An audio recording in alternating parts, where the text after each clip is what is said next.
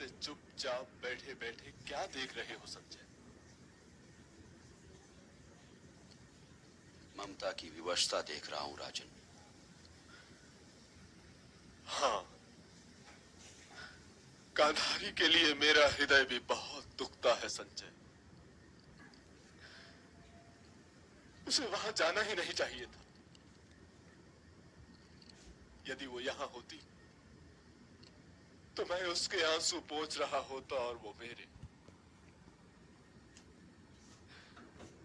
किंतु उसके वहां चले जाने से मेरे और उसके दोनों ही के आंसू अकेले रह गए। वहां महारानी कुंती भी तो है राजन। हाँ, वहां कुंती भी है। और वो अपने पुत्रों के शिविर में नहीं है महाराज, वो आपके शिविर में है और उनकी आंखों में भी आंसू हैं। तुमसे देखने में अवश्य ही कोई भूल हुई होगी संजय। कुंती की आंखों में तो आंसू होने का कोई कारण ही नहीं है। उसके पुत्र तो विजय यात्रा के मार्ग पर हैं। ये सब दाश्री का किया धरा है। ना वो वाणों की शैया पर लेटे होते और ना ही हमें पराजय का मुंह देखना पड़ता।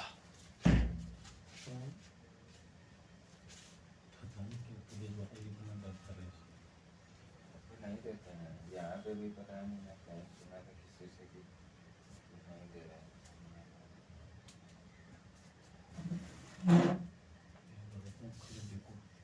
सबसे ज्यादा किराया इधर ही है बेमतलब। सबसे ज्यादा किराया इधर ही है बेमतलब का सामान। ये खाली लड़कों की वजह से क्योंकि उनको पता है ना कि यहीं पे कोचिंग बच्चे यहीं पे हैं, उनकी खाली ले तो 10,000 में 2 रूम वहाँ मिल रहा है, तो 10,000 में तो बनारस में भी मिल रहा है। 10,000। अरे हम लोग का कमरवा ये पूरा होता है। अब यही बात है ना कि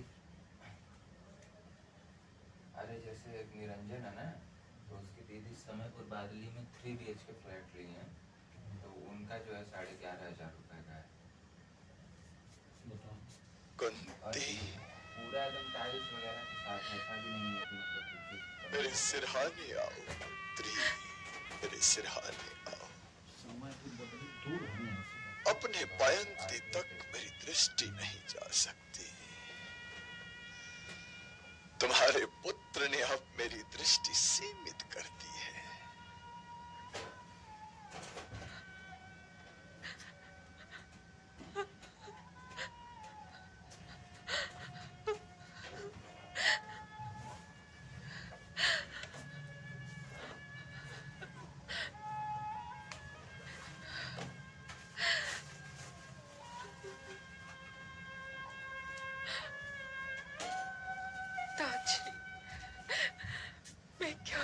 दादाश्री, मैं क्या करूं? जिस प्रश्न का सामना तुम आज कर रही हो पुत्री,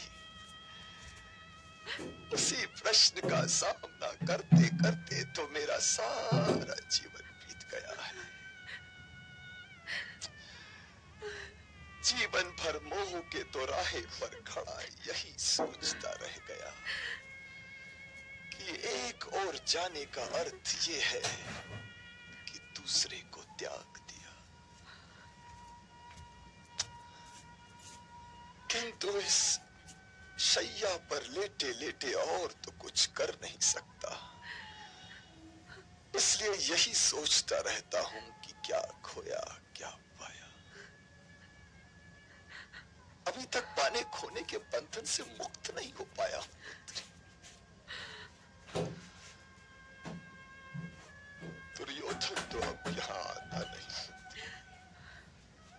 कर्ण आया था। उसने बताया कि आज दुशासन भी वीर गति को प्राप्त हो गया है। जिन बालकों को गोदियों में पाला था पुत्री, वो एक एक करके वीर गति को प्राप्त होते जा रहे हैं।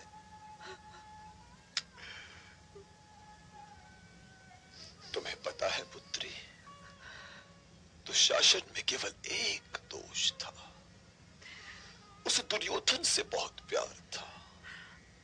इतना अधिक प्यार था कि उसने अपने व्यक्तित्व को दुर्योधन की परछाई बन जाने दिया। यदि ऐसा न होता तो उसके हाथ द्रौपदी के केश और फिर उसके वस्त्र तक कभी न जाते। इसलिए हो सके तो उसे क्षमा कर दो। अधिक प्रेम भी दृष्टि को धुंधला कर देता है। और ये मैं तुमसे भी कह रहा हूं पुत्री कि अपने प्रेम से अपने संघर्ष को बचाओ। इस युद्ध में कोई किसी का भाई नहीं है, कोई किसी का भाई नहीं। इस युद्ध में केवल दो प्रकार के लोग हैं, एक वे जो हस्तिनापुर के हित में हैं और एक वे जो हस्तिनापुर के हित में नहीं है। कल दो परम वीरों के सामने का दिन है पुत्री। इनमें से एक की विजय हस्तिनापुर की विजय है और दूसरे की विजय हस्तिनापुर की पराजय। इसलिए भूल जाओ पुत्री कि वो दोनों ही तुम्हारे पुत्र हैं। अपने शिविर में जाकर हस्तिनापुर की विजय के लिए प्रार्थना करो, प्रार्थना करो।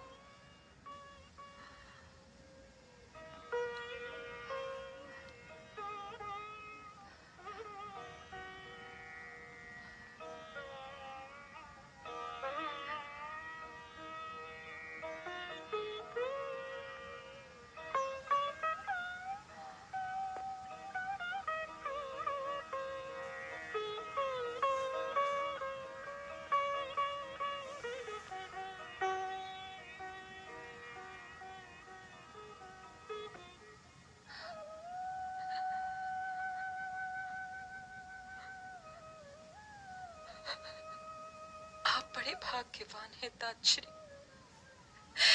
कि आप किसी की मां नहीं।